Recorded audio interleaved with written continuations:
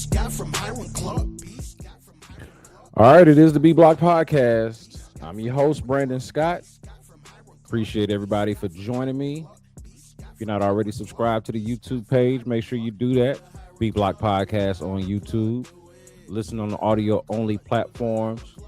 Appreciate you for doing that, but also come check us out in the video space on the B-Block Podcast. Now, this is a real difficult show to do because I went into this game between the Texans and the Patriots with the utmost confidence. Anybody that follows me on social media probably saw me talking mad shit, cash shit over the last couple of days, especially after, well, first of all, going into the games on Saturday, I had the Bills winning and going to the AFC Championship game rather than the Denver Broncos. Of course, the Broncos handled business despite losing Bo Nix, but especially after Bo Nix went down, I thought, man, for somebody that's been talking all week about how this is the best chance that the Texans have ever had to go to an AFC Championship game, this is one where it feels like I was reaffirmed in that. Like, man, all you got to do is take care of business against New England, and which to me was a winnable game, supposed to be a winnable game. And man, they could not have shown up any smaller. They could not have been more embarrassing of an outfit on Sunday in Foxborough. Texans go down 28-16. And it was close at times, but it never really felt close. That was the thing that was really frustrating about this game, is that you start turning the ball over so early in the game. You got your defense doing the thing that it does throughout the season where it bails you out. This was the thing about the last game, was like, and I convinced myself of this clearly wrongly, but I convinced myself that the Texans defense was so good, and that if you get a regression to the mean with C.J. Stroud on the turnovers, eventually that's going to correct itself, and he ain't going to turn the ball over as much as he did the week before. And was wrong about that. Turned out to be wrong about that. C.J. Stroud interceptions, they were killer. They were major killers in this game. I thought the game was lost in the second quarter, honestly, even though it was close again in the third quarter and they had a chance to make a game out of it in the second half. I thought, based on the sequence of events in the second quarter, that told you all you needed to know about this game and where it was going to go. So C.J. Stroud, 4 interceptions. You had the fumble from Woody Marks as well. That's just not going to get it done.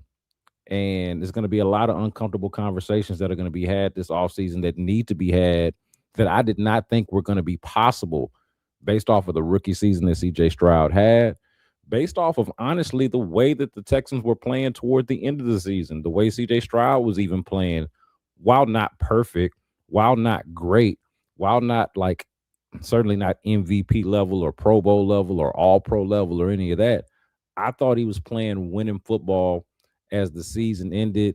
The 7 games that he came back after the concussion, leading up into the playoffs, basically. Not winning football, obviously, against Pittsburgh. Certainly not winning football tonight earlier today against the Patriots. So if you had asked me this a week ago, it's Sunday, right? And a week ago, they had not played their game yet on Monday. If you'd asked me this a week ago, I'd have said, yeah, there's no way we're even having a conversation about whether you're going to extend C.J. Stroud or exercise his 5th-year option, which I think they are going to still do. But now you're at a point where you're having serious discussions, got serious questions about the future at that position, the most important position at the team, that seemed like it was locked up for the future. It seemed like your future was locked up. And now, I'd have made a nice little ass of myself, a nice little fool of myself about not selling the CJ Stroud stock, about not buying too much into the poor play that we had seen the previous week, because it's just not a thing that CJ Stroud does. And that was just a foolish prediction on my part. I thought it was based off of sound background and evidence, but here you are, back-to-back games in the biggest moments, and you couldn't rely on the guy that touches the ball the most. Appreciate everybody that's joined in right now. We got one comment here saying that back-to-back bad games. We all thought it couldn't be any lower for Stroud, and it felt that way. It felt that way, and we were wrong. We were wrong, or at least I will say, everybody that was a skeptic, everybody that I was talking that shit to over the last couple of days, they get the last laugh. I get the egg on my face, they get the last laugh. But this is not really even about me and the back and forth of like the argument. This for me is more so about the Texans and their future, and seemingly having so much going for themselves. Seemed like they had the head coach, seems like they got the quarterback, seemed like they did a good job of surrounding him with weapons. They were trying to figure out the offensive line thing. That seemed like it was figuring itself out until you look up today and Trent Brown's not available, and that makes things a little bit hairier for the offensive line. Moving Titus Howard back at the right out to right tackle, which means you got a legitimate backup plan at left guard, which was Jared Patterson, and then things just like that seem to kind of just fall off, go sideways. So so for me, it felt like this game was over after the third CJ Stroud interception, which sounds crazy to say. My man threw 4 interceptions in the first half, which is just crazy enough to think about. But it wasn't the first one. I thought the first one, bad as it was, I thought was one that they had a chance to recover from. And it seemed like they did have a chance to recover from. And I thought they did recover from that. But after the pick six, okay, after the pick six, and then Stroud throws it off of Xavier Hutchinson's hands, which is a ball that he absolutely should have caught. Instead, it goes the other way. Even with that, you force the 3 and out on defense, but then you trade 3 and outs and have one of your own that takes just 21 seconds off the clock. And then that's the drive where you get the big play to Kayshon Boutte, and then the touchdown to Stephon Diggs, who had the rookie safety Jalen Reed draped all over him. And it just didn't matter because it was a perfect throw by Drake May, great hands by Stephon Diggs, touchdown. Patriots go up 21-10. And it is at that point, it's at that point that I conceded the Texans were going to lose this game. And again, they had chances. It wasn't over at that point, but it certainly felt like it was over. And sure enough, they were not able to rally. I want to shout out to Rhino for being here in the chat, in the YouTube chat. He says it sucks because on a way, looks like he means to say in a way. It sucks because in a way, we're held hostage because the brilliance CJ has shown makes you want to keep him, but his incompetence makes you want to move on. So you're kind of stuck. Dorino, this is a great comment. I like this because it reminds me of a time earlier in my career, my journalism career, where I was introduced to the concept of golden handcuffs. CJ Stroud right now is the Texans' golden handcuffs because it's too successful right now to walk away from. But based off of the playoff performance that you just got from him, it feels like there's a ceiling there, absent of him finding something, finding something different, finding something different in these big moments. You've got, what is this now? 4 road playoff games. They won one of them, the one against Pittsburgh on Monday night, but they're 1-3 now in the road playoff games with CJ Stroud, and he's played poorly in all of them, including the win. What are you left to do with that? Offensive rookie of the year, Pro Bowler his rookie season, had some excuses that made sense in the second season about being on his tail a lot, right? The offensive line wasn't any good. Things went south with the offensive coordinator. They end up getting rid of him, and so you come into this season like, oh, okay, well, never heard of this Nick Caley guy who just, studied under Bill Belichick and Sean McVay, but apparently they're going to give him an offense where he feels more empowered, has more control at the line of scrimmage, and it's now going to be on him. It's going to be on C.J. Stroud to sort of be the leader of the offense, and it just never seemed like the greatest of fits. And then even as they started to figure out, sort of in that Davis Mills era, while C.J. Stroud is out with the concussion, just never, ever, ever, ever quite felt like, I'm not going to say that he didn't master the offense, but that the offense was really getting the most out of C.J. Stroud. And then in these playoff games, certainly C.J. Stroud didn't get the most out of the offense. I think that's the story of the offense. It felt going into the playoffs that the offense was leaving a lot of meat on the bone and not getting the most out of his quarterback. Felt like these last two games, despite winning one, that the quarterback didn't get the most out of the offense. I didn't have a lot of Nick Caley complaints. I didn't have a lot of offensive play calling and offensive design complaints. And certainly the defense, again, was outstanding in both games. But the quarterback did not show up. The quarterback did not show up, and so much to the point to where you really have to actually question whether this is the quarterback of the future. Not is he a starting quarterback or is he a good quarterback? We're kind of past that now because you've had 3 straight seasons where you've gone to the divisional round. You're past just being happy to have a guy, being happy to have a quarterback, any old quarterback. You want what you saw on the other side. Something like that. Now, to this point that the Rhino was making, and you know, he's saying you held hostage. I called it the golden handcuffs. Well, look, he's been good enough to get you this far, been good enough to get you to the divisional round, but now it's about more than that. It's about taking that next step. And do you take that next step with the guy that you just saw play over these last 2 games? Or would you prefer to start over at quarterback? Would you prefer a bridge guy at quarterback? Would you prefer drafting another quarterback, seeing what you have in somebody else? Like that that thought feels just as daunting as the idea, maybe even more so, as the idea of trying to do this again with CJ Stroud. You're talking right now or listening to right now one of the biggest supporters of CJ Stroud and one of the biggest believers in his ability. And so and I still actually believe in his ability. I don't think it's a matter of talent. I don't think he lacks talent. Man, I question if he's built for the moment. Built for the moment. And this is not something that I was doing a week ago. But how could you not over these last couple of games?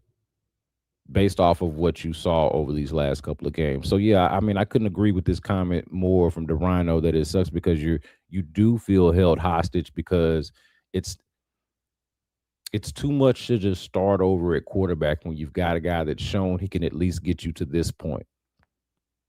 But the golden handcuffs part, oh, it's great to get to the divisional round. It's great to feel like you got a chance. It's great to ride what felt like a historic defense. But once you get there, what's it all about? I said going into the Steelers game that for me, it was all about the offensive coordinator and the offensive line because I thought that was the story of the season. I wasn't questioning the quarterback. I thought the moves at offensive coordinator and the moves at offensive line were meant to empower the quarterback. They were meant to support the quarterback. They were meant to help the quarterback, who, again, I did not question if he was good or good enough. Thought in that first game, the offensive line was good enough, actually good enough to help them run the football when CJ Stroud was turning the ball over. I thought Nick Caley was good enough. Call some, like I thought the play calling was decent, even if we want to debate the flea flicker from the Pittsburgh game. But I did not feel like the things that were problems that the Texans addressed in the offseason were problems for them against Pittsburgh. I did not feel by and large that they were problems for them in this game, save for the fact that the offensive line was injured in this game. You lose Trent Brown, and then Titus Howard goes down for a stretch. Who knows how much he was affected in this game. And then you lose Dalton Schultz during the game, who had a big third down play for you. Credit to CJ Stroud for finding him on that third down conversion. Um, yeah, I mean, so again, you're down. You're starting right tackle, who has been part of figuring out the offensive line. Somebody that wasn't available to you earlier in the year allowed you to move Titus Howard to the left guard spot, and it seemed to be your best iteration of an offensive line. You lose that. Already didn't have Nico Collins. Then Dalton Schultz goes down. And now you're talking about really relying on the quarterback to be the one that lifts you up. That's the job when you're a franchise quarterback, not just any old quarterback, not just a plug and play guy, but a franchise quarterback, a guy that people were talking about paying $60 million a year going into the offseason, a guy that you're going to give the keys to your franchise, the face of your franchise. That's the time for that guy to step up. He didn't do it. App Jack says that the worst part is the fact that he wasn't asked to do much at all. He willingly threw the ball into danger on first downs. So I made this note about the game, and I mean, you can't help but to compare the quarterbacks when you get a game like that. And man, this was tough. This was actually really tough because I thought that on the other side with Drake May, all three of Drake May's touchdown passes were a thing of beauty. And then the turnovers that you had for New England, they were forced errors. They were credit to the they were credit to the Texans defense, which we already know is excellent.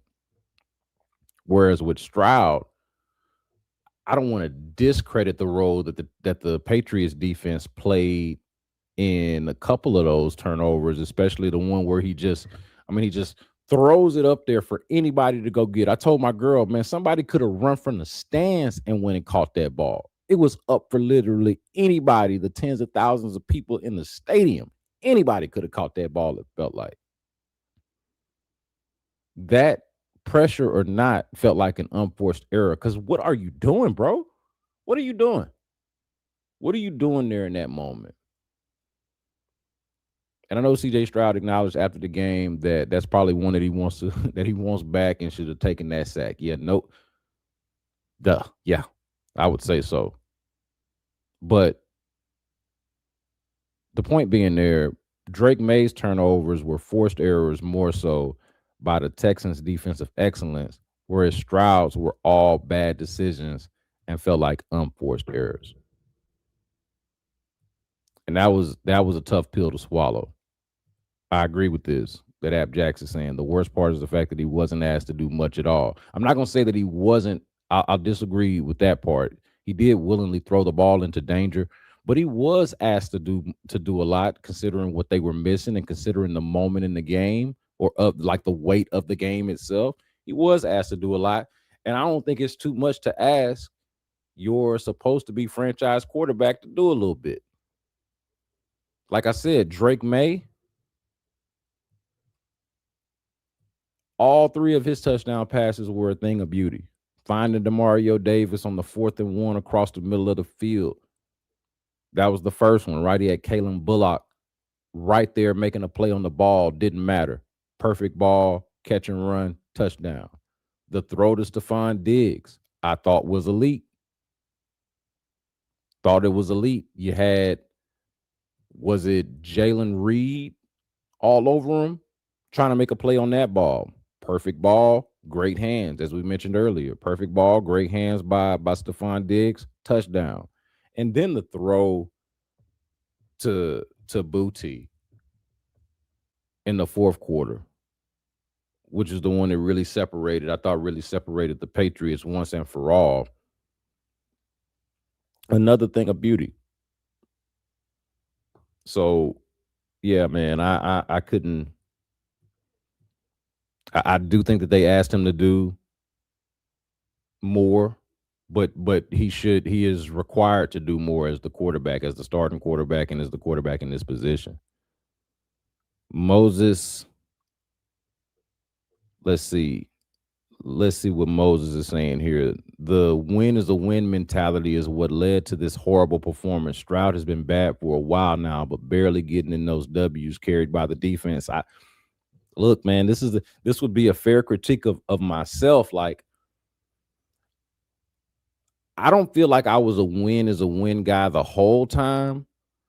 But bro, after you win 10 straight, and as well as the defense played, like I think this is a fair critique, and I felt guilty. I would fall guilty in along these lines of like not just necessarily a win is a win because I felt like I was critical of the offense at every turn or every week, and I tried to express that even though after the Pittsburgh game I was very vocal about still believing in C.J. Stroud, but it wasn't just for me a win is a win. I thought, and we asked this question, can the Texans really win like this? Y'all know I had Reg Atatula on a couple of weeks ago or before. Guess it was after or was it before the Pittsburgh game? Talk to Seth Payne, talked on the radio about this. Can they really win like this? And the truth of the matter is they actually could have. The winning formula that worked for them in the regular season. Okay, so let's forget about the Pittsburgh game for a second because Stroud was bad in that one as well.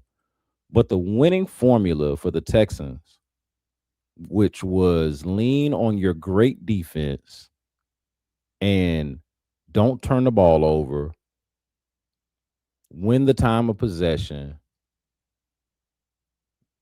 like just don't screw it up. That was a winning formula for them. I think it could have been and would have been a winning formula for them today. If you get the turnover averse version of CJ Stroud in this game and the exact defensive performance that you got from the Texans in this game, like you were getting in the regular season, I think you win this game. You didn't. I think what Moises is talking about here is that the the offense was so underwhelming. They weren't doing enough.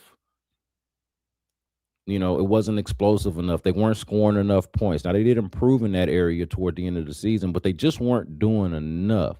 But the thing that they were doing and continued to do until they got to the playoffs was take care of the football and not screw it up for the defense.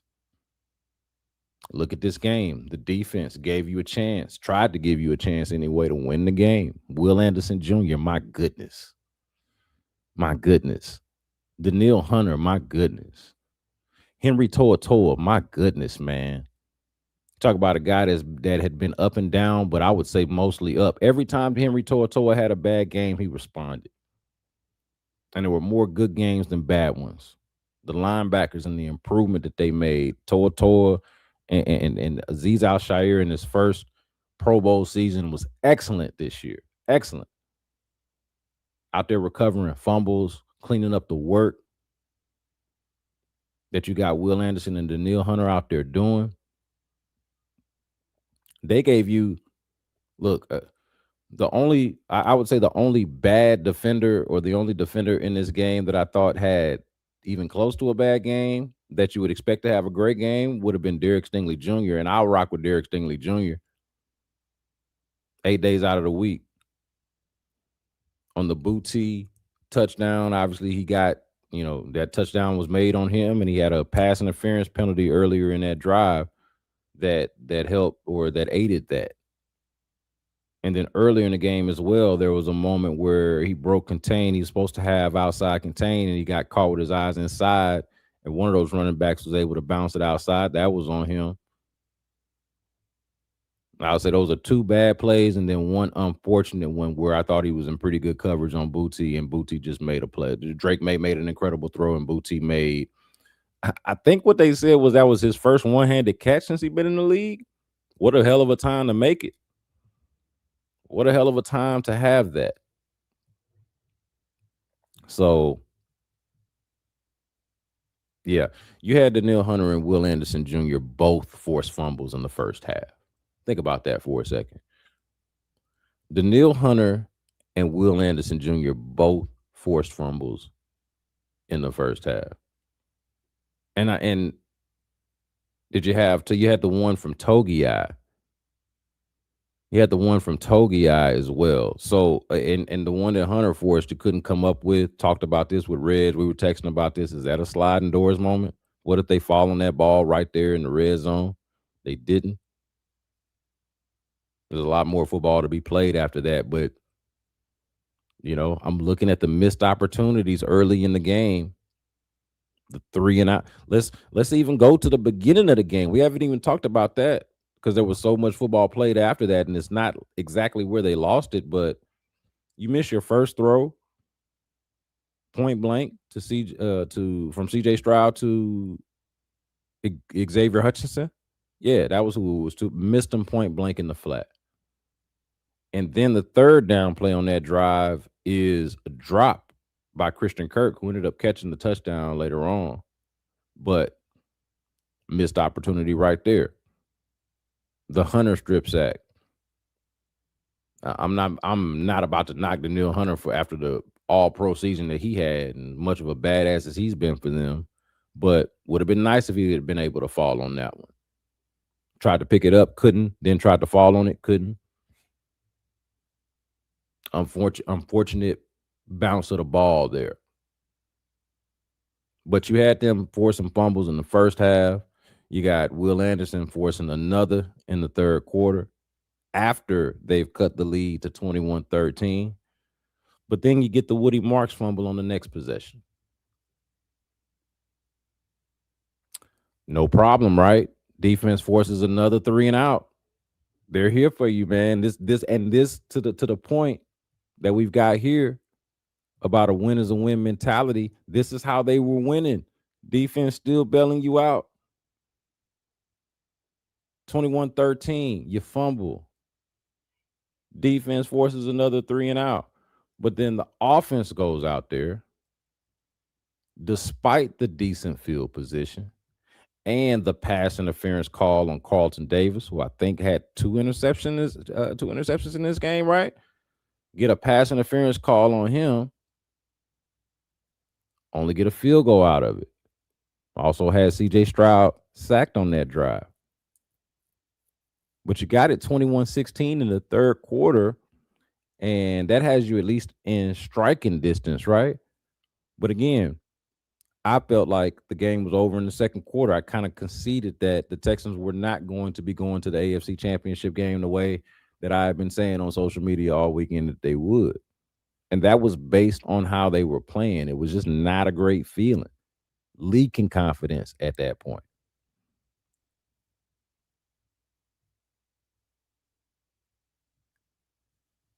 So, yeah, only get a field goal out of that. And then that's when you go down and get that 71-yard drive, only take 6 plays, get that Derek Stingley Jr. pass interference call, and then Booty. Kayshon Boutte is somebody that I feel like I knew was a playmaker. I knew was having a great season. I've watched him this season. Somebody I feel like I still did not talk about enough going into this game. I did not realize that he was going to be able to outplay the stellar Texans defensive backfield. But he goes out there, gives you one of the best catches that you'll find. Again, the one-handed grab, first of his career, couldn't have come at a better time. Stingley all over him, reaches out for the grab. Just another phenomenal play. So this offseason is going to be really interesting because there are conversations to be had. There are conversations to be had. Follow up from was it saying that phrase leaves you blind to the issues. Yeah, I mean, maybe so. Maybe we were blind to the issues, or maybe we were blindly trusting that the issues would either correct themselves or that they just wouldn't be as pronounced as they would for a normal team because this wasn't a normal defense. I think leaning into the defense more so than just a win is a win. I think leaning into what the defense was giving you is what allowed the whole banana in a tailpipe type of mentality there. What up, Senior Buble? Appreciate you for being here. He says also to get the home field advantage. Man, I can't even get there or go there right now because that was the goal of this year. Talked to Will Anderson in the locker room last year as part of the exit interviews about what they wanted to do to improve going into the 2025 season. What's the thing that they needed to do that they hadn't done before? And he talked about not losing the teams like the Jets and not losing the teams like the Titans like they had done the year before, because those are the types of losses that keep you from being able to host playoff games, that keep you in the wild card. And I agree with him. I thought he was right about that. They go out there, win more games, but and do it against difficult opponents, but no home field advantage. Jaguars have a really good season as well. Don't win the division. And despite being a 12-win team, you're on the road. On the road had to beat a bad had to beat one of the worst division winners in the playoffs to get to the divisional round. Cool. Shout out to the defense. But then ran into a 14-win team that, was clearly better than you.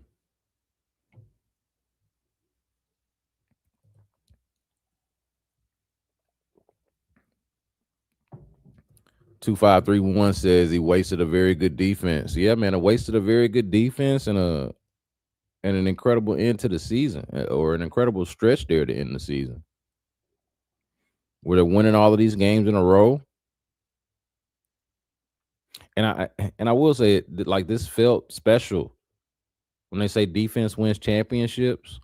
This was a championship defense. We asked that question in the offseason, asked that question in training camp, and then I think throughout the season, and then we got to a point in the season where we were pretty clear that it was. Wasted a very good defense.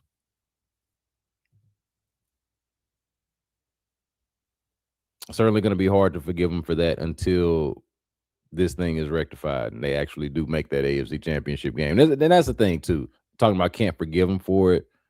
We're at a place now with CJ Stroud where, like, it's going to be odd to cover because, and odd to talk about for really from now until a year from now, because there's nothing really to get excited about or to, like, write home about a regular season performance or about a wild card performance, because that ain't the question no more. There isn't a question about whether a CJ Stroud led team can get you to double digit victories into the playoffs. We know that it can, because that's all it's done 3 years in a row. The question now is, what do you want to be? What now? What next? So it's going to be really odd. Senior Buble says this was all on CJ. I think a lot of it, I would say most of it, I would say the majority of it, if not all, most of it. Say send CJ to the Jets. And then what? This is a popular thing right now. It's like, all right, CJ's got to go. Get rid of CJ. And look, I'm right here with y'all and criticizing them and being, like, not just disappointed, but, like, for at least for me, I'll speak for myself, like, borderline embarrassed by the performance, like, on their behalf. But where are you going? Where is your quarterback coming from? You going Davis Mills? It's an interesting thought. It's like, could Davis, and we were having this conversation, people were talking about it at halftime. I saw everybody that's anybody tweeting about it. Time to go to Davis Mills. Time to bench CJ Stroud. 4 picks and a half. I mean, I don't care who you are. And certainly CJ Stroud hasn't done enough to be like, nah, you can't bench this guy. Now, I get wanting to have confidence in your guy if you feel like this is your guy of the future and you want to just kind of win or lose with him. I thought that. But certainly if they had went out there with another quarterback, hard would have been hard to be mad at that. But when you think about it going forward, like, and this was an earlier comment, like, kind of stuck. You're kind of stuck.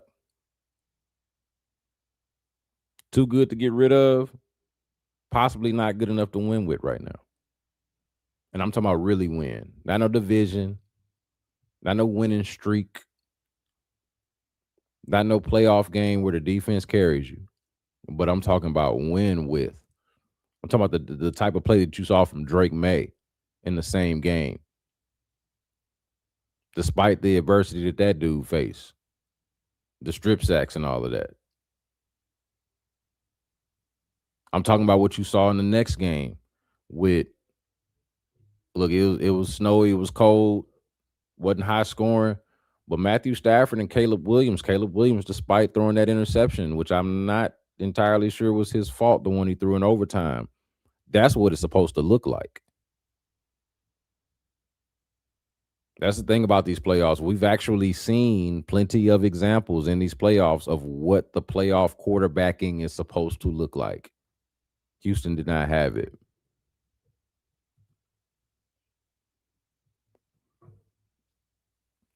99 here is saying that it's a bad fit for the scheme. CJ Stroud, or let me start over here. Bad fit for the scheme and QB. An experienced play caller would be way better. An offensive coordinator that refuses to adjust the scheme or compromise gets himself fired. Man, look, this was the Bobby Slowick complaint. And I don't know about the fit part, but the part about refusing to adjust or compromise, I think that was the Bobby Slowick complaint. By all accounts, man, Nick Caley was collaborative, and this is what we heard throughout the season, and especially toward the end of it. By all accounts, man, Nick Caley was collaborative. And the whole idea, you talk about the bad fit, the whole idea was to empower CJ Stroud with more options and more answers and more control at the line of scrimmage. This was supposed to be the quarterback's operation. And I think we were all operating with the understanding that the quarterback could lead said operation. I know Nick Caley didn't exactly set the world on fire and didn't impress the fan base, but the notion that the quarterback needed to be empowered is a shaky one right now. Wouldn't you say?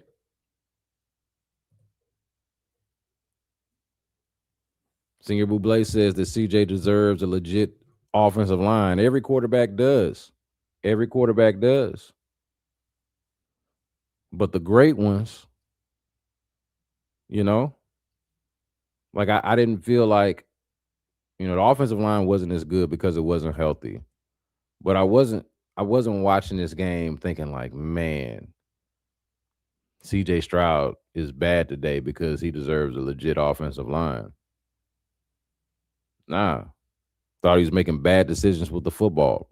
I thought he made a lot of throws that were behind receivers. The only one of these that was not on him, excuse me, would have been the one to Christian Kirk, or no, who was it? I'm sorry. Xavier Hutchinson, I guess it was. The one to Xavier Hutchinson where it hits him in the hands and then it's deflected. And now that was kind of a it rains, it pours kind of moment. But the pick six, the other one where my man gets the knee down, who are you throwing it to? Where was it? What were you seeing? What was the throw?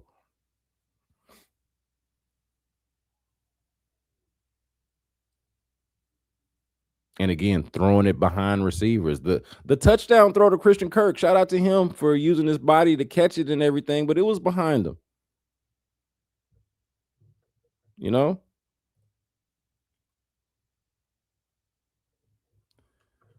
Says he can't depend on an O line. He needs to be better at pre snap. He can't read a defense to save his life. I don't know if he can't read a defense or if he's just got a little bit more panic in him than I was giving him credit for. Because he barely, if ever, makes any changes on the line pre snap. That was supposed to be the whole charm of the offense. So if that's your assessment, then we're in for a ride. We're in for a ride. And again, a long talk this offseason because that was what it was supposed to be about.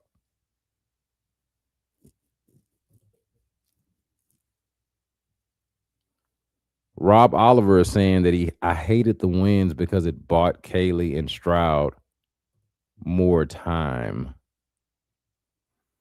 Yeah, this is a tough one because in the moment you're like, we can win with this. Or it doesn't speak for myself. Thinking, hey, you can win with this. Definitely after, and again, Kaylee to me, y'all can knock Kaylee all you want. I'm not here to tell you that Kaylee's some great offensive coordinator, but I thought he did improve throughout the year, and I didn't think that he was the problem in either one of these two games. I just didn't. I didn't. Thought it was the quarterback. Thought it was the guy that he's giving the play to in his ear. They won 10 straight because of the defense. Yeah, and I was not mad about that. Like, I was not mad about that. Like, Rob, this is what I'm saying, man.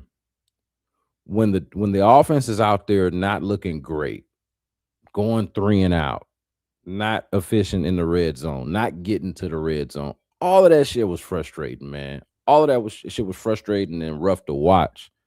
But the thing that they were doing that I thought was sustainable was not turning the ball over. The thing that they didn't do in these two games. They were possessing the ball and they were giving themselves a chance to actually rely on that defense. A defense can't carry you to a championship.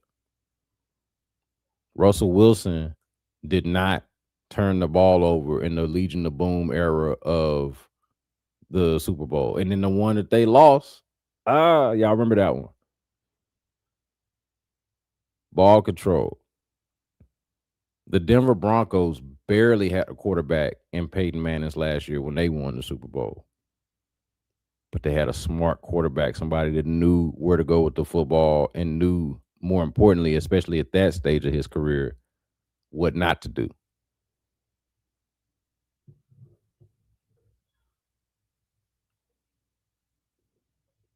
Man, I'm just I don't know, man. I'm real disappointed. Real disappointed. And yeah, man, y'all if y'all follow me on social media, this game definitely made a fool out of me. I gotta eat it. Rob says that in the regular season, Stroud tried to give it away, but we held on. This was the game that Stroud finally was able to lose it for the defense. I mean, that's what happened. Defense was out of this world, no doubt. I mean, eventually they broke, but how could you expect them not to when you're turning the ball over 4, 5 times? 4 interceptions in the first half, man. What are we doing? What is that? Rob says, I can hope for our defense next year is 85% of this year's defense. They were so great. Will Anderson and Hunter were awesome. That's another thing, too. There's no guarantee. A lot of these guys are going to be back. A lot of them are young, either on rookie contracts or have just been signed to extensions in the case of Derek Stingley and Jalen Petrie.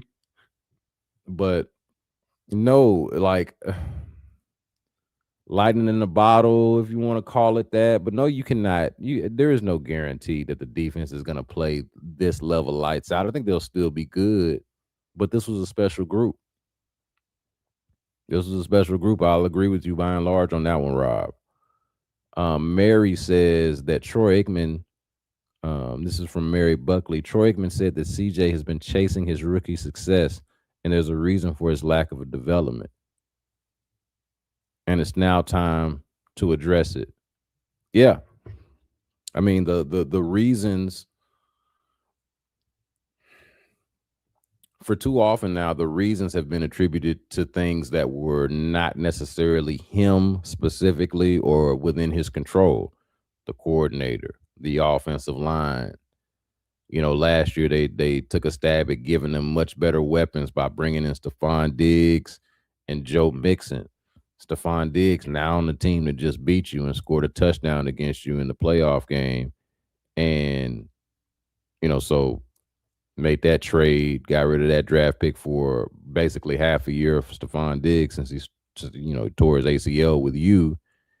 And the Joe Mixon thing, great for you last year, didn't play for you at all this year.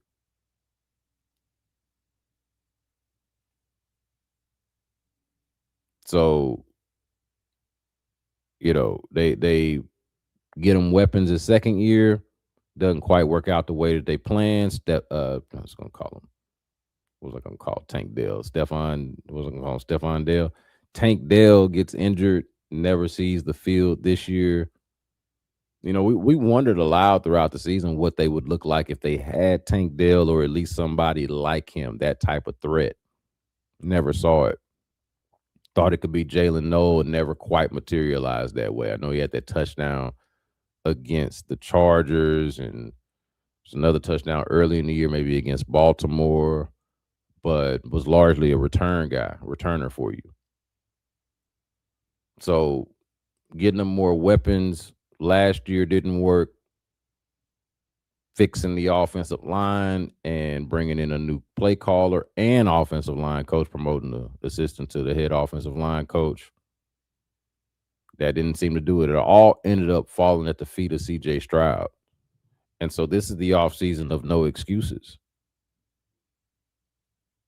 What is the thing? I know my man Senior Buble said he deserves a better offensive line, but what are the excuses? What are the things that you do to try to empower your quarterback?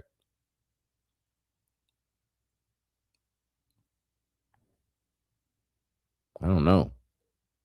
My cousin, shout out to my cousin Justin Brown, hit me up.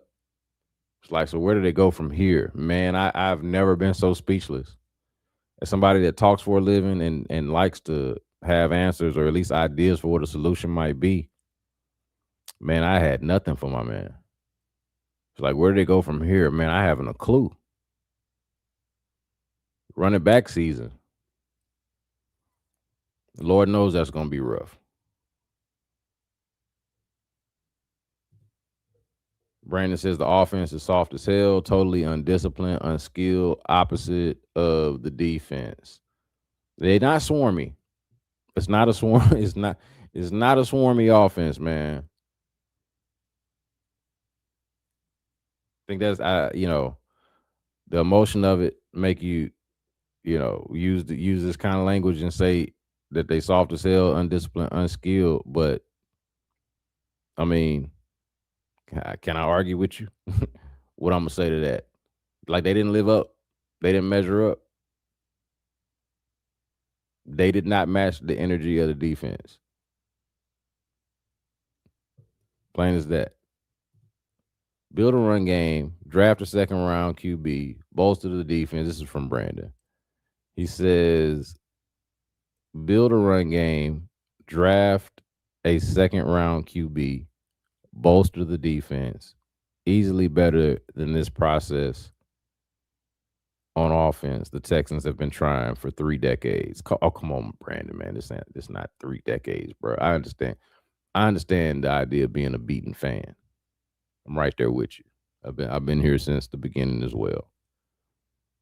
But this ain't 3 decades. This is 3 years and then what? Now what?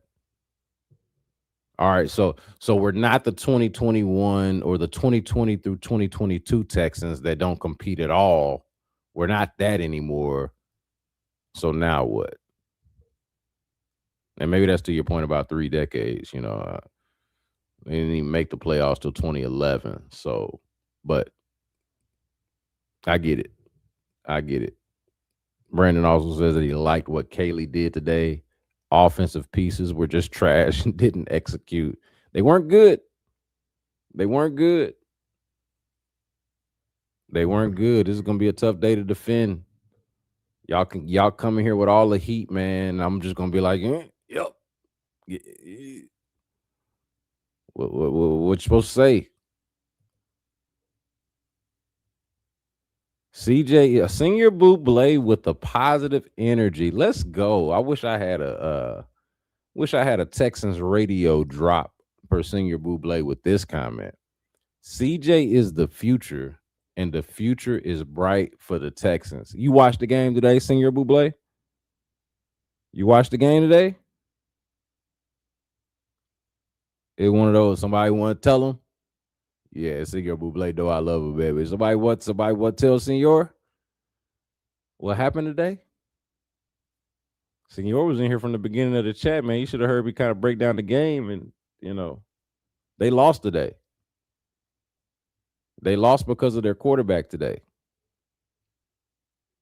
And I hope you're right. I hope he is the future. The present, a lot to be desired. All we've seen him do is more with less. That's not true. That's not true, Senior Buble. He had more last year and didn't really do more with less, or didn't do more with the more. And I get it. The offensive line had him on his ass. The weapons weren't always there. Like I think Nico Collins, Joe Mixon,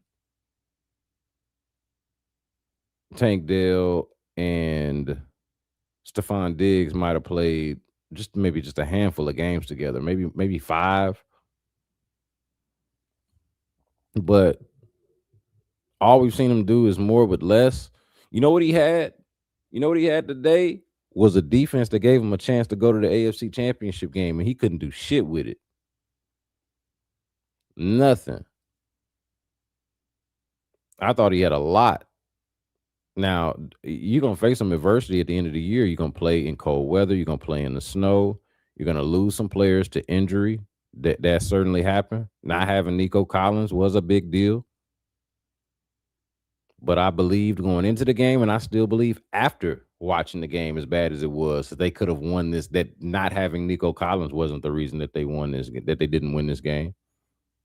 Losing Dalton Schultz, and on top of not having Nico Collins, I thought was an issue at that point, because now you're talking about just a numbers game. But going into it, I thought he had the weaponry to make this thing work. And he didn't. He didn't do it, Senior Buble. You say CJ was the issue today. I agree. Well, today was all we got. Today was the day to not be the damn issue, bro. Today was the day to be the solution. Kevin mentions the timeouts. Using timeouts bad and pre-snap field goals and turnovers. Man, the timeouts. Okay, so do we want to hit that? We're damn near an hour into the stream now. I appreciate everybody for joining as well. Make sure you subscribe if you haven't done that already. But yeah, man, the timeouts. Had to use the first timeout pretty early. Both timeouts that they used were due to pre-snap issues or not having the play or whatever the case may be, not being ready to go, having to avoid the play clock running out. And man, you're down. I want to say they were down 12 at that point in the, it's the fourth quarter, but still plenty of time actually, and they're down to one timeout. I think that was another by that point I'd already conceded the game, but that was another sobering moment, realization. Oh man, they trying to come back, haven't shown that they really have the ability to do so, and now they don't even have the timeouts to make it happen. They're gonna have to turn into a totally different thing to do it. Yeah, I thought that was really bad, Kevin. I'm glad you mentioned that. The timeouts, the mismanagement of the timeouts was really bad to me today. And I don't know if I'm blaming that. So usually you blame that on the head coach. I don't know if I'm really necessarily blaming that on D'Amico Ryans as much as I am whatever combination of C.J. Stroud and Nick Caley that deserves that. Whoever's job it is between Nick Caley and C.J. Stroud to make sure that the play gets in in a timely fashion, and they get up to the line and snap the ball in a timely fashion and don't have to waste their timeouts in what was supposed to be a close game.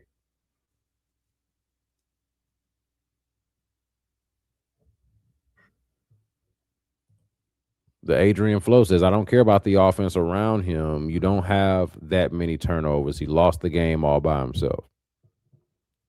No pushback.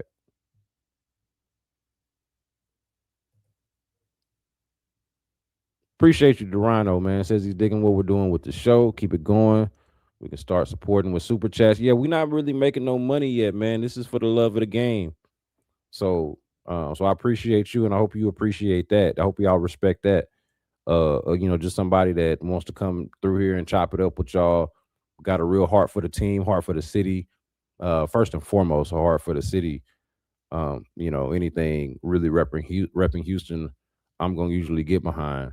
So, so that's what this is about. I care about this shit just like y'all do. I was at the watch party with my son. My daughter was there with friends from the after school program, and we ended up meeting up toward the end. But yeah, this was a family event, family affair. You know what I mean? Not just a job. Definitely a job, but not just a job. I appreciate you for saying that though. Yeah, keep showing the support. Tell other people about anybody that's like heard of me or familiar with the Sports Radio 610 work. Kind of leveraging that, I guess. You know, there's a lot of people out here streaming, and I hope people do make the connection. I'm not just on here streaming. I'm the radio guy that doesn't necessarily have a radio show, got radio hits, but here's a place where I can just go live or post videos and have conversations with y'all whenever I see fit. So I appreciate the support, man. Brandon asks, are Trent Brown and Schultz crippled? Why couldn't they be on the field? Yeah, man, I look. If you hurt, you hurt, right? Trent Brown, I'm not about to. After the season that Dalton Schultz had, I know last year questioning his toughness and his utility was a popular thing to do. Hard to do after this year, man. Schultz had that big third down play, and that was a moment. Stroud had some moments early in this game, aside from that first miss on literally the first throw of the game. Had some moments in this game that showed you why he's in the position or has the job to begin with. But yeah, and Schultz helped make that play. But if you hurt, you hurt, man. You got to make do with what you got. And you the quarterback, man. You got to make it happen. I was saying I'm making this point on Friday when I went out to Talyards. We were at Talyards for the drive. They were doing Football Friday, which I guess is the last Football Friday of the year now that they don't have any more games. But when I was driving out there, I was thinking because they were having a conversation about whether the Texans could win the game without Nico Collins, and I was like, you know what? They won a game without their not just a game. They won a few games without their damn quarterback this year. They won 3 games in a row. Started this damn winning streak with their quarterback concussed. The backup out there. So I would say this, Brandon, if the Texans can win with their backup quarterback, why can't they win with their starting quarterback and a reshuffled offensive line and their backup tight ends? The Schultz thing was an issue though. Like that again, the numbers game, not having Nico out there, not great. The Adrian Flo says these games were too big for him. Looked like it. Damn sure looked like it. All he had to do was not fuck it up. That's why I thought they could do it, because he wasn't fucking it up, right? Ain't that the thing? He was not messing it up. That's why, going back to an earlier comment we had in here about the win is a win mentality.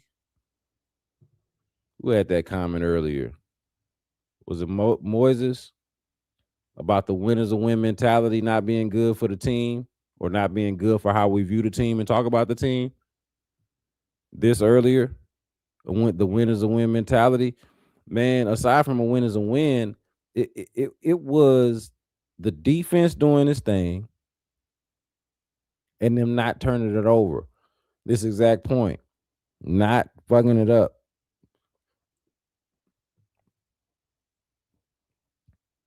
That felt like a winning formula, at least at the time, until it wasn't. It was until it wasn't. All he had to do was not F it up.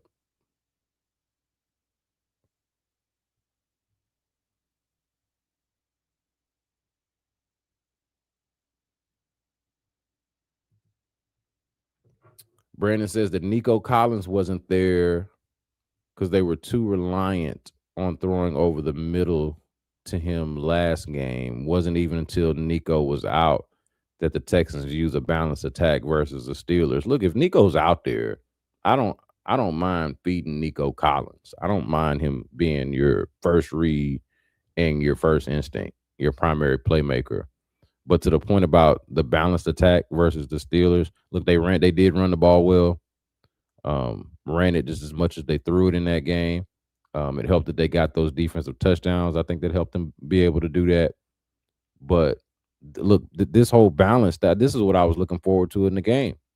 Wasn't looking forward to not having Nico Collins, but I was looking forward to the idea that C.J. Stroud could tap into what he did in week 8 against the 49ers and spread the ball around the 7, 8, 9 guys or whatever it was. The game that they didn't have Nico Collins, or a game that they didn't have Nico Collins. I thought that was a viable strategy. Wrong. Wrong, your boy was.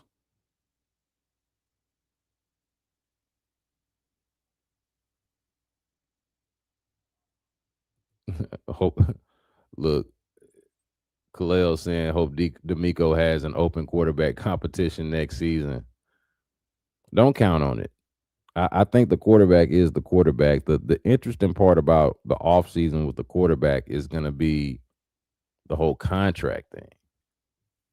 Because again, a lot of us, especially in the radio world, would just assume or we're sure that CJ Stroud was getting that contract. When you know you got the quarterback, you don't kick the can down the road. You just go ahead and pay him once you're able to do so, assuming that you know that you want him, right? That's the way that the business works.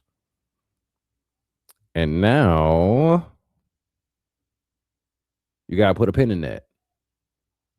They have just like a little housekeeping thing, so y'all know the way I understand every year the 5th-year option deadline is right around May 1st, if not exactly May 1st. So it is January 18th. Okay. So they've got 3.5 months to decide if they're gonna exercise that 5th-year option on CJ Stroud's contract. I suspect that they will. Say what we want about his performance these last couple of games and about his regression over the last couple of years. He's done enough to at least get that 5th-year option exercise, which is ultimately is going to amount to a guaranteed deal so he's under contract for 2026. That'll amount to a guaranteed deal for 2027. Okay, so I suspect that they're going to do that before May 1st, exercise the 5th-year option, and then essentially play with him on a 2-year contract.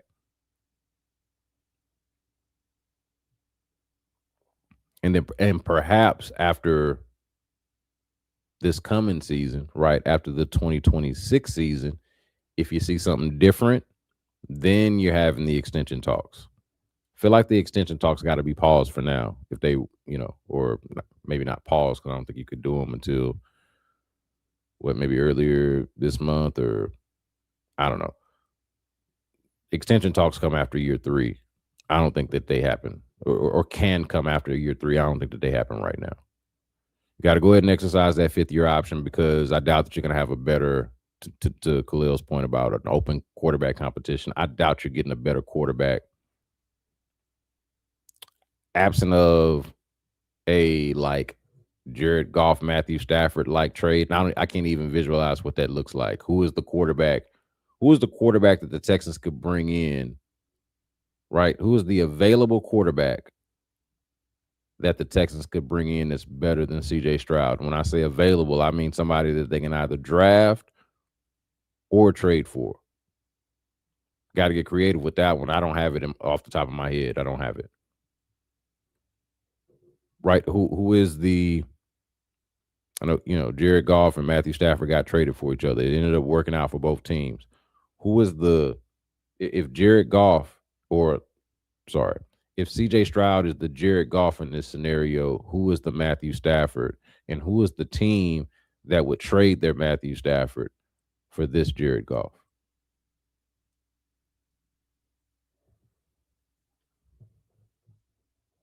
We might be getting way ahead of ourselves there. C.J. Stroud is going to be the quarterback of 2026, and I suspect will be the quarterback of 2027.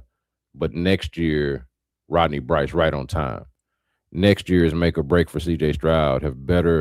Should have better chemistry with Higgins and Noel. Draft and impact offensive lineman, running back, and tight end. Roddy, I think this is spot on, man. Spot on. This is the make or break.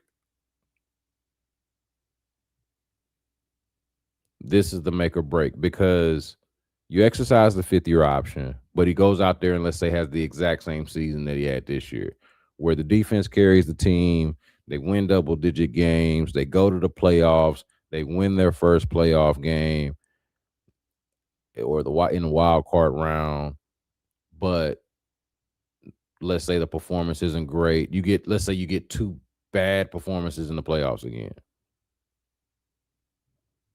Now you're talking about an awkward lame duck type of scenario going into that 5th-year option that they've now exercised at that point. And you're definitely not talking contract extension. And then you're wondering, okay, how do we get off of this? Contracts guaranteed. Do we just kind of tread water for now and then say thank you for the time, thank you for the 5 years? Like that make or break next year being 2026 from Rodney Bryce, spot on. Next year's make or break for C.J. Stroud, which I did not think would be the case. Shit, again, even a week ago. Put Nico in a vulnerable spot and got him banged up. Yeah, no, that's fair critique. Fair critique. Hospital ball. Brandon, I'm not arguing with that. Fair critique. Now we've also seen Nico take some crazy hits and deliver some punishment too. That's one thing about Nico. When they say play big, play your size, dude does that or has done that. But I'm with you there. And also to this point, I'm glad you mentioned that, Brandon, because there have been more hospital balls, as we call them. There have been more balls behind receivers, and there have been more hospital balls, which C.J. Stroud, I thought in his first 2 years, certainly his first year, did a good job of not doing that. This is an interesting comment from Adrian. The Cardinals and Raiders games should have been a warning sign. A good team would have shut down those teams. They scored 40 against one of them. I think it was the Cardinals. The Raiders game, yeah, I guess both games were odd because the defense showed a little bit of cracks. Trey McBride for the Cardinals, they had no answer for him.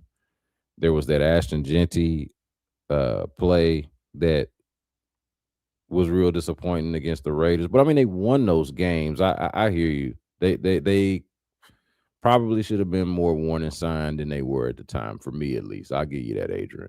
I'm having to fall on the sword today, y'all. Y'all see me?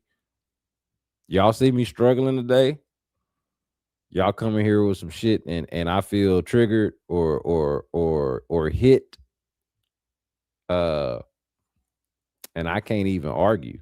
I can't even be like,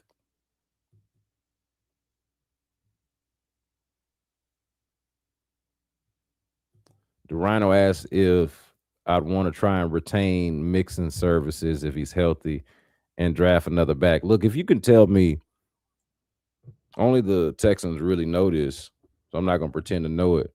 But if you can tell me that Joe Mixon is ready to go, and ready to be the Joe Mixon that he was in 2024, yeah, I would sign up for that. But why would I? What would make me think that based off of him missing an entire year in what was one of the more strange and mysterious injuries that we can probably remember in all of Texans history? What confidence would you have in that? I'm asking, like, legit, the Rhino. What confidence would you have in that if they said they were going to do that? I would be nervous about it. Let me say that. Like, if I'm them, and for whatever reason I do feel confident in that, I do it. Talking to me and me talking to you, no, I wouldn't feel good about that and don't feel good about that based off of how this year played out. Senior Buble says he better can't wait for the new uniforms to drop as a nice distraction. I don't know if they get new uniforms now. They just did that last year.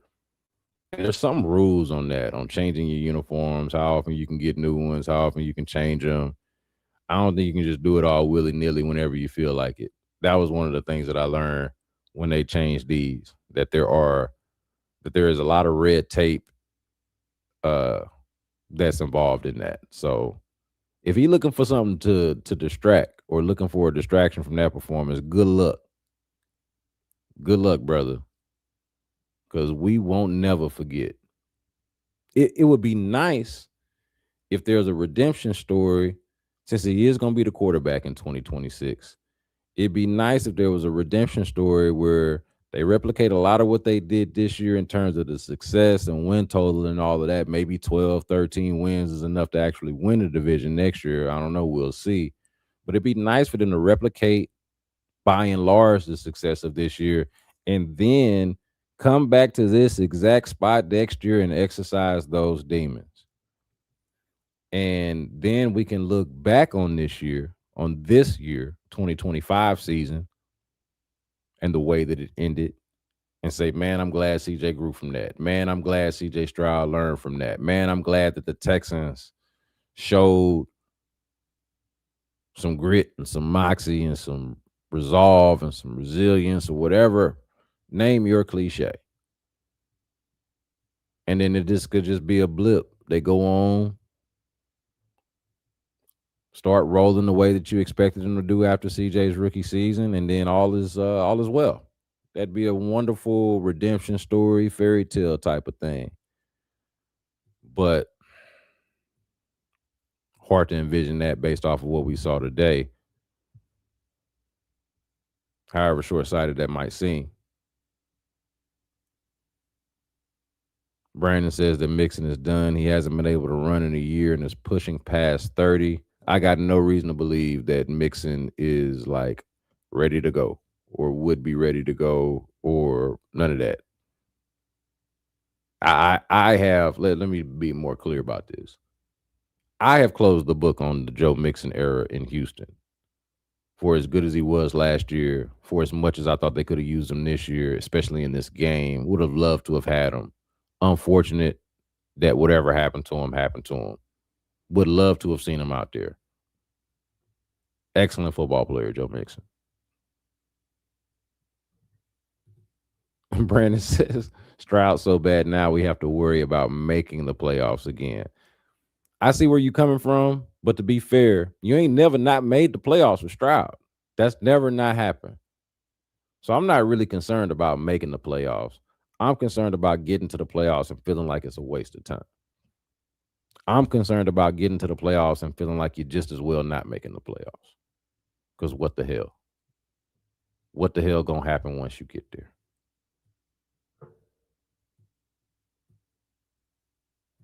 We've been at this over an hour now. I'm ready to actually jump out, but we got comments in here, and I'm so grateful to y'all for being here and sticking around, man. I'll stick with y'all. So let's zip through these comments, and then I'll wrap this thing up. And we'll have more tomorrow because I'm not sure on the exact times yet, but the Texans will have some kind of media availability. We'll get to talk to, I'm sure, to the D'Amico Ryans, and then get in the locker room and kind of get a feel for.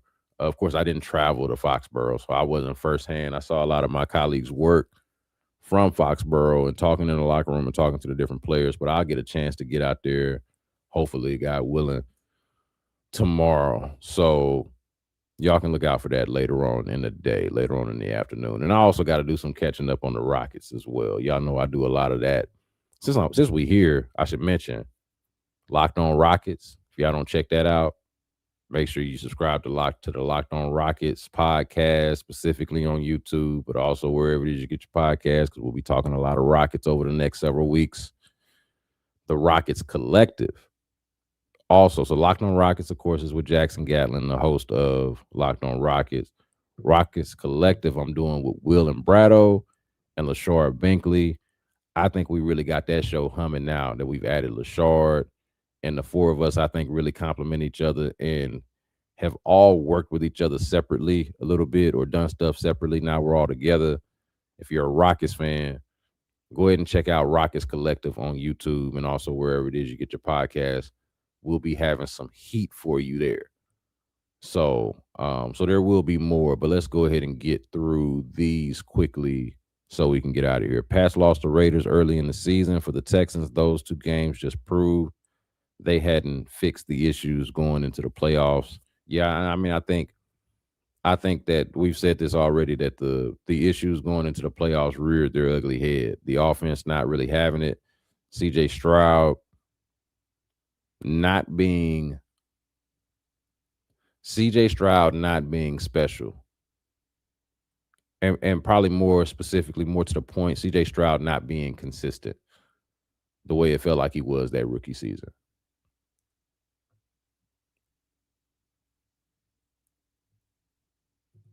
Senior Buble says the Texans can't afford another QB reset.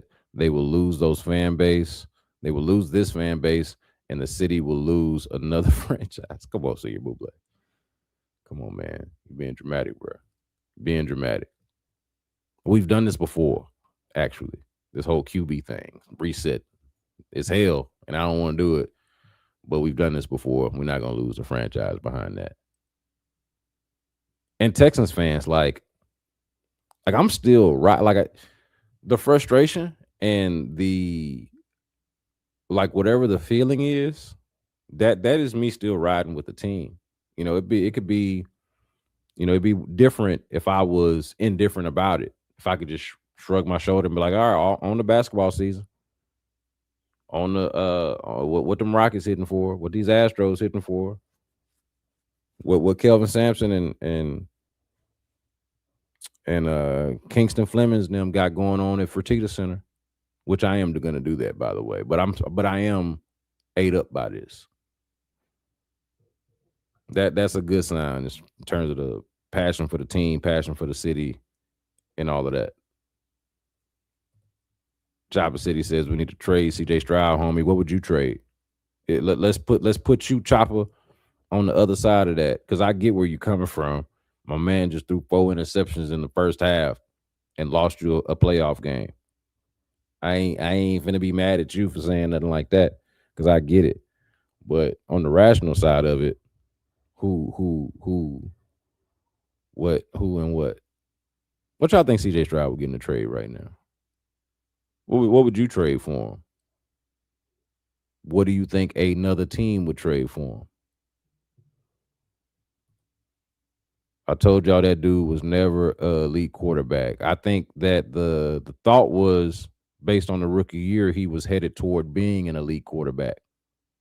That based off of being that young and that successful his rookie year, that he would become elite. To your point, Chopper, he has not. Flat out. Point blank, period. Adrian says, QB reset. You don't have a QB. Rodgers and Herbert had bad games. CJ totally collapsed and showed he didn't belong. I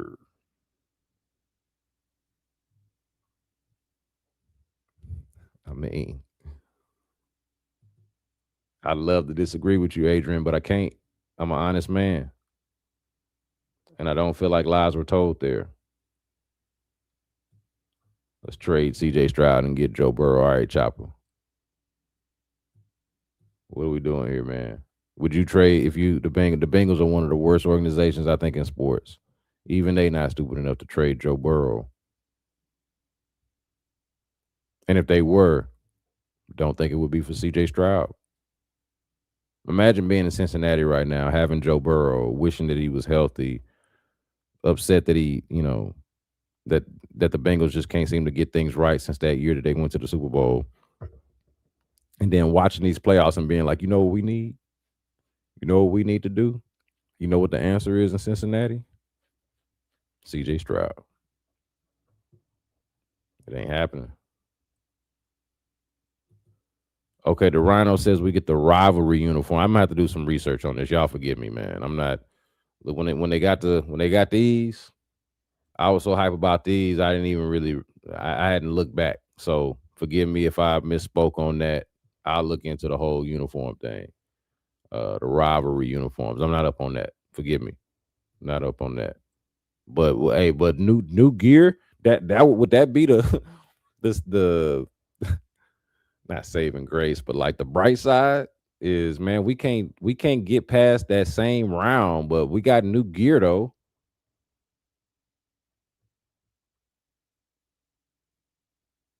CJ Stroud never did nothing for us. Let's get rid of him, homie. I mean, if you view, look, I think you're free to view not getting anywhere past where you've gotten before as nothing, especially tonight, especially right now. That's kind of a knee jerk and recency bias type of take. But I also understand that, three straight playoff seasons, double digit win seasons, a reason, like think about all of the fan base. If you in Arizona right now, or if you in Vegas, or if you in, some of these other places that ain't got nothing going on, if you in Tennessee right now, you'd love to be in this position.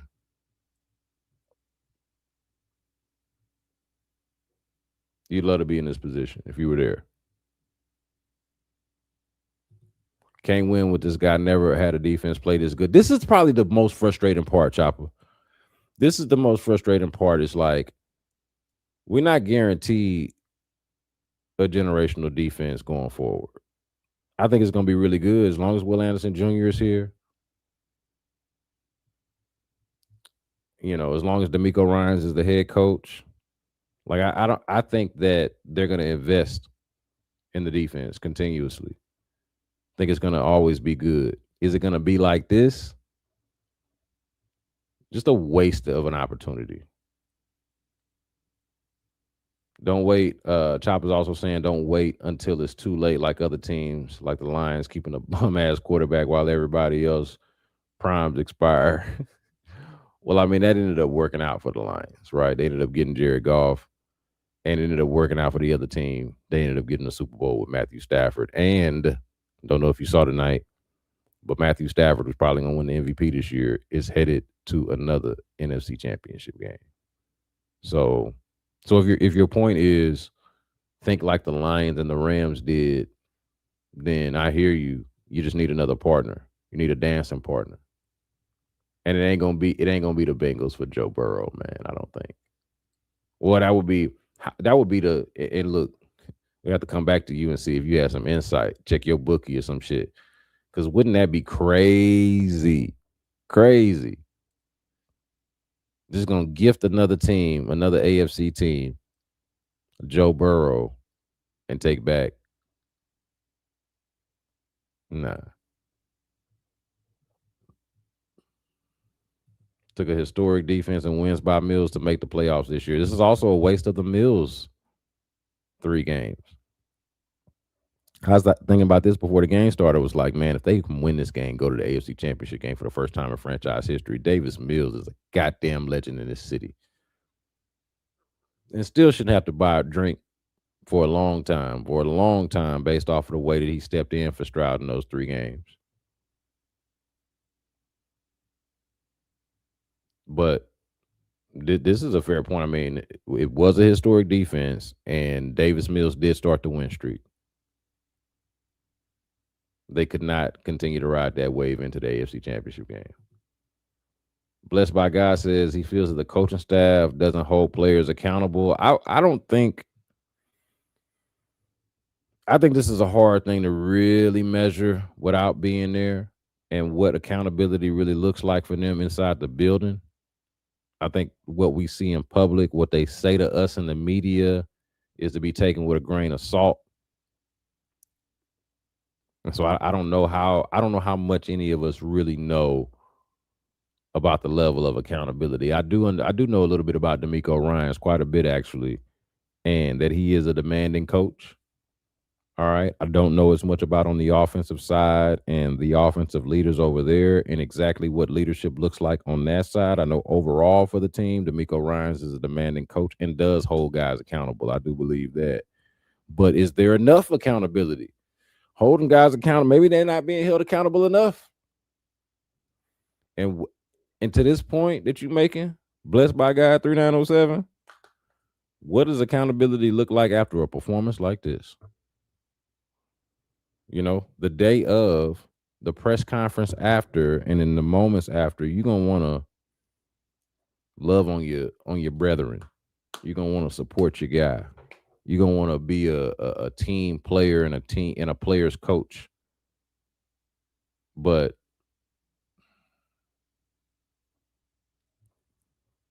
it is interesting to think of what accountability might look like after a game like this. Let's see what else we got here. If there's anything that we gotta hit, I can't believe all of y'all are in here. Um, that's what's kept me around this long. I'd have been gone 25 minutes ago. Uh,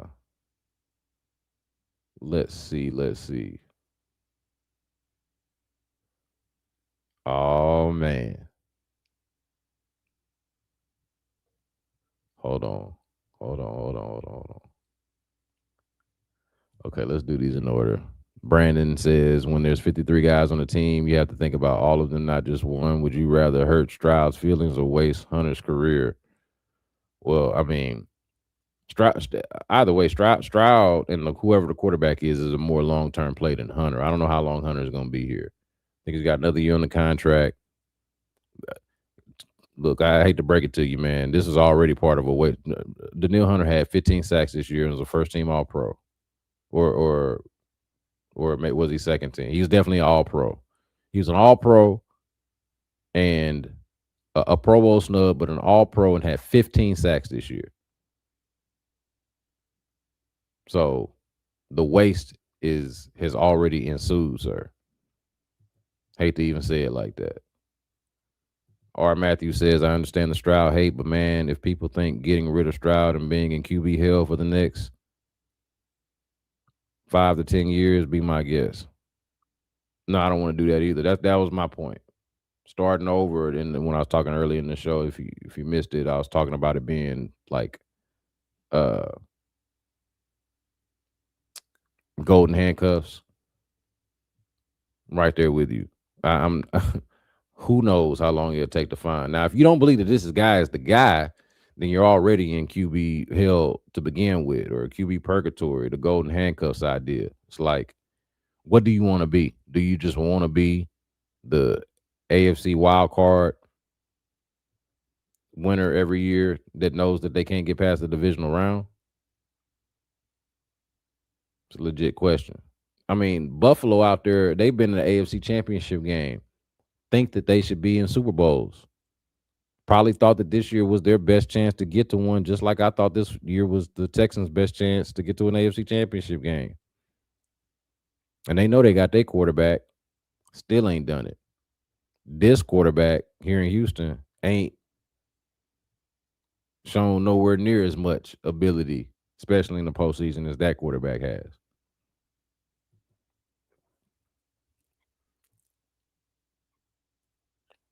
Let's see. Khalil says that he would see if the Chargers would be willing to move Justin Herbert for C.J. Stroud and add draft capital if need be. This is the one that made me smile earlier because, as y'all know, Justin Herbert also had a really pitiful playoff performance and has become known as a non-big game performer. Okay. And so Justin Herbert and CJ Stroud are now in similar places. I like this comment, by the way, because I'm part of the Justin Herbert problem. I'm part of the Justin Herbert and CJ Stroud problem because I'm a card carrying defender of both. Can I just say this since we here an hour and a half into the stream? Can I just say this to y'all and y'all hear me? Khalil says that he would see if the Chargers would be willing to move Justin Herbert for C.J. Stroud and add draft capital. First of all, they wouldn't. Okay, let's just start there. They would not do that. I don't think they would do that. But secondly, if they did, if they were willing to, I would do that. I would. I think that much of Justin Herbert's ability, despite him and C.J. Stroud, despite him having a little Stroud in him and Stroud having a little Herbert to him as well, I wouldn't hate this. I'm just saying. I like it, Khalil. Don't tell nobody.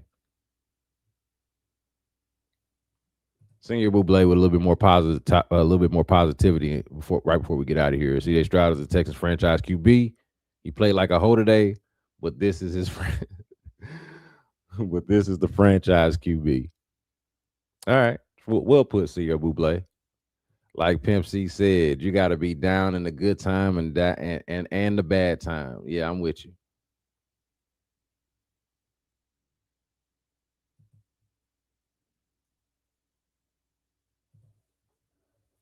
Or Matthew saying Stroud still only 24. We have to play out the rookie contract. Yes, indeed. Brandon making sure I got it right on the second team All Pro for Daniil Hunter. Life of Lou says that my issue is how much longer can we wait for Stroud to progress? My worry is by the time Stroud figures it out, our defense will not be the same. That could happen like literally right now. That's the frustration of this game, of this moment. Because look, you want to know how much longer can we wait for Stroud to progress? The answer I think is literally 2 more years. Like just being realistic with you, he's the quarterback in 2026.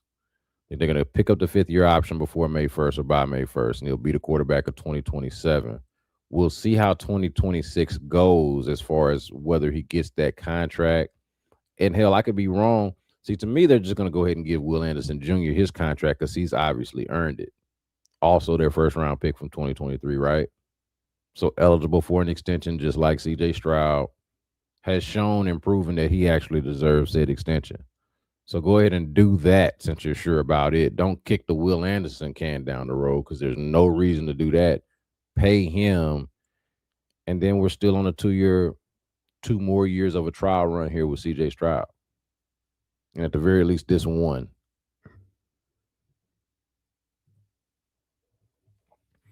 Brandon asks, will we rather be like the 49ers who try to get theirs off elite defense, solid run game, and trying random options at QB? Here's the problem with that. Brandon. And you know this. You're not the 49ers. What do 49ers got that the Texans don't got? Very key, very important. The head coach and play caller and offensive coordinator and offensive visionary who has shown that he can get it done with just about any competent quarterback. It can't be any quarterback, but any competent quarterback seem like they can go in there and make shit happen with the 49ers. They've been doing this shit for years, the plug and play thing. Now, I know Davis Mills had a good stretch there, but ain't nothing about this offense or anything about the play callers for this team over the last 3 years make you believe that they can just go out there and do it with any old QB. And even this solid run game shit, that they're going to have to figure that out. I mean, I'm with you, like in theory, but I don't know, bro. I don't know if you have if the brain trust here can pull off what the brain trust in San Francisco is pulling off. I'm not so convinced. My man says the only viable option out there is Jalen Hurts, and I don't know what the issue is with Jalen Hurts. Come on, man. And I'm a big Jalen from the crib. Jalen Hurts is from East Side, Channel View. would love nothing more than to support Jalen Hurts wherever he's playing at. But well, first of all, come on now, the Eagles ain't trading a Super Bowl quarterback for no dude that couldn't even show up with a historically good defense. If that you think the Eagles, who always have a really good defense, are looking at how C.J. Stroud squandered the opportunity with this defense, and they saying sign me up for that? Hell no. Timothy says that Money Mills wins us this game. I do wonder how many turnovers does Davis Mills have in this game? Does he throw 4 picks? I don't think so. I don't think he does. Now, some of the throws that were behind receivers today from CJ Stroud, I think Mills is capable of some of that. But man, he was good in that stretch, man. Don't think he turns the ball over as much. And I think if you don't turn the ball over as much, you do have a chance to win this game. So as crazy as I would have thought this comment would have been, Timothy, a week ago, I am not here to push back. Wasted 2 years of the Hunter, Will Anderson Jr., Stingley, Lassiter group being healthy.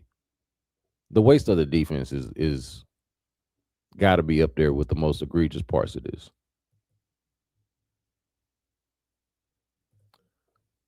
CJ Boogie says that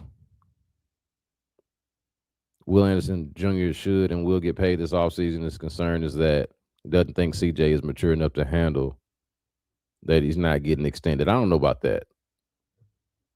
I think that CJ should keep his head and keep his head down. And if he like CJ understands football, go watch your film over the last couple of games and you'll see why you didn't get extended. And also still very rich. Like he's gonna get that 5th-year option, which is gonna be fully guaranteed once they extend it. CJ's not poor. He will not be hurting for money.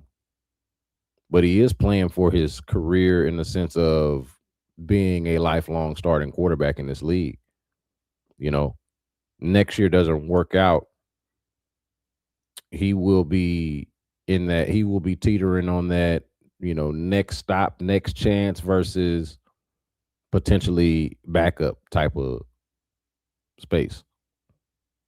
So I don't know if he's not mature enough. I'm not going to say that he's not mature enough to handle not getting extended, but this is make or break, as somebody was mentioning earlier. It is a make or break type of situation this year, and then depending on how this year goes, even next year, 2026 and 2027. Ooh, Life of Lou says, what are my thoughts on where the Texans spend their first and second rounders in the draft without having done any draft work just yet? All right. If I'm just talking about needs, and I hate doing this because, we talk about just saying, hey, they need this, they need that, go get it. I don't know what's going to be available to them in the draft, especially for where they're picking, but got to feel like offensive line is priority, and that even running back in the second round, if you like a running back, I'm not opposed to taking one in the second round. Those are the positions for me, though.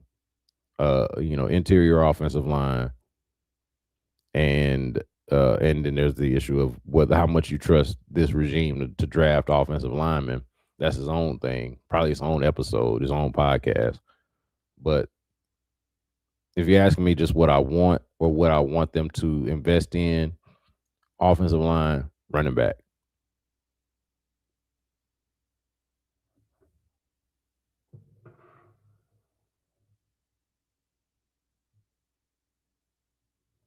Hey, this is a funny comment from Passport Bro Police. D'Amico is not bright. This is not actually what I was looking for. I do think D'Amico is bright, but we'll come back to that comment and address it. I was looking for Say I Boogie. My mistake there. Says, not gonna lie, I knew we were in trouble the moment that the Texans played the Bears on Sunday Night Football last season, and when CJ tried to little bro Caleb after the game, I knew we had a problem then. I didn't think that was problematic at the time. Certainly in retrospect now, seeing the way that Caleb Williams is playing and the way that CJ Stroud is playing, That was a moment.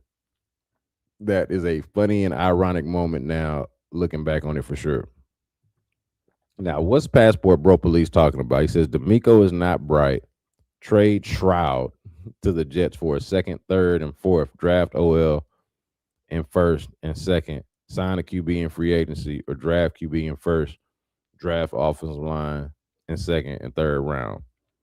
Look, I can't blame Passport Police for wanting to find solutions and wanting to blow some of this up. But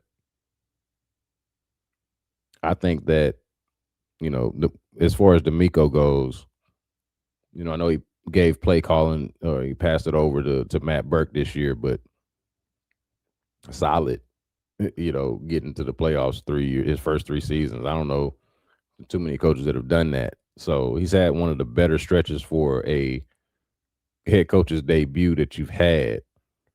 So I would give him that. But if we are going to do D'Amico criticisms, I'm not going to go as far as Passport Bro Police did on him not being bright. But again, I mentioned that the timeouts I wasn't necessarily blaming on him. What about the decision to punt with, what was it, 6 minutes, 4 minutes, whatever it was left to play? The decision to punt down 12. I know they were they were like still in their own territory, but punting at that point wasn't a viable option. I didn't understand that. Um, I'm not gonna say that he's not bright because I do think that he's bright, but that was a head scratching moment. And I'm saying that as somebody who had at that point already conceded that the Texans were going to lose the game. Maybe he had to felt like it by punting, right? Just like, here you go. Here's the AFC Championship, or here's the AFC Championship appearance at least. Rodney Bryce says it's ironic that the old New England version offense with Stroud was trash versus the new New England version offense with May, which was diverse. I don't think I could put that better, Rodney. I think that's an astute observation by you. Now, I do expect Josh McDaniels to be the better offensive coordinator and play caller at this stage, given his experience and success and the lack thereof so far for Nick Caley. So that was already, like, if you're going band for band, coordinator for coordinator, that was always going to be advantage New England from the beginning. But yes, I agree with this. Last comment here, and I'm gonna get out of here. Is Stroud a fit in the current offensive variation? Seems like he wants a spread type. This is a fair point. I thought he was a better fit for, and look, I know you're saying spread type. I thought he was a better fit for the offense that they got rid of. And I want to be clear about this. I was fine with getting rid of the offensive coordinator because I felt like I had a little insight and understanding on why they got rid of the offensive coordinator. But I didn't necessarily want to throw the whole offense out. I would not have minded them keeping the offense and just changing the coordinator and the play caller. I would have gone with that. And Clint Kubiak was available, who's going to be a head coach, I think, next year. So let's see. We got CJ Stroud is going to get Ryan's fired. They need a QB. Stroud is trying to say a statue. That could happen. Can anybody trust CJ with a big game? If you can't, then we're just wasting time by waiting on CJ to show us something different. I don't care about the regular season. Look, this is the question. And your point about not caring about the regular season, I don't either. Not anymore, anyway. I did, not anymore. Boogie says that you will not yield any ROI or value on CJ right now after this postseason. He's year 3 Sam Darnold. Ooh. Boy. Spitting that fire, Boogie. CRR 721 says probably knew they had a better chance of the defense getting the ball back late than Stroud moving the ball. Not at that point. Maybe earlier in the game, but not at that point when you work the dog crap out of them at that point. And eventually the dam is gonna break, right? Eventually the dam is gonna break, and it did.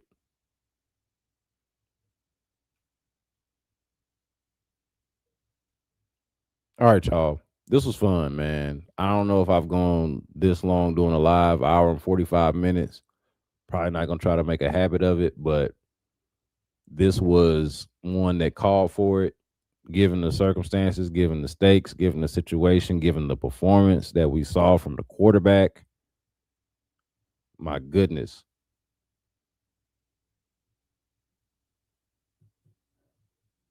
It's a rough watch, man. Really rough watch. Really rough day. Went into it with all the optimism in the world. Left it with all the pessimism in the world. Not a great feeling. But what is a good feeling, great feeling, is having y'all tune in. I appreciate it. Make sure that you are subscribed if you're not already. Go ahead and share or tell somebody, get the word out. Let people know that we're doing these lives, that this is a good place to come in and congregate and chop it up about your teams. Okay, we'll do plenty of Texans in the off season. I mean, we'll talk the off season to death because that's what we do. Though I'm gonna be doing it for work, Sports Radio 610, I might as well bring it here to the people. But we're also gonna get plenty of Rockets in as well. So if y'all are basketball fans, if y'all are NBA fans, this is a place for you. If you are not, I would still ask you to stick with it because we'll have plenty of football stuff in here as well. And I'm just a Houston sports dude, right? So I'm gonna try to make it fun for y'all one way or another. I appreciate y'all being here, man. Brandon Scott, B.Block Podcast. Subscribe, rate, review, tell a friend. Find us on the audio only platforms as well. You can do that. And we'll be back. We'll be back for sure. Love you, Houston. Appreciate y'all for rocking with me. And until next time, man, y'all be good.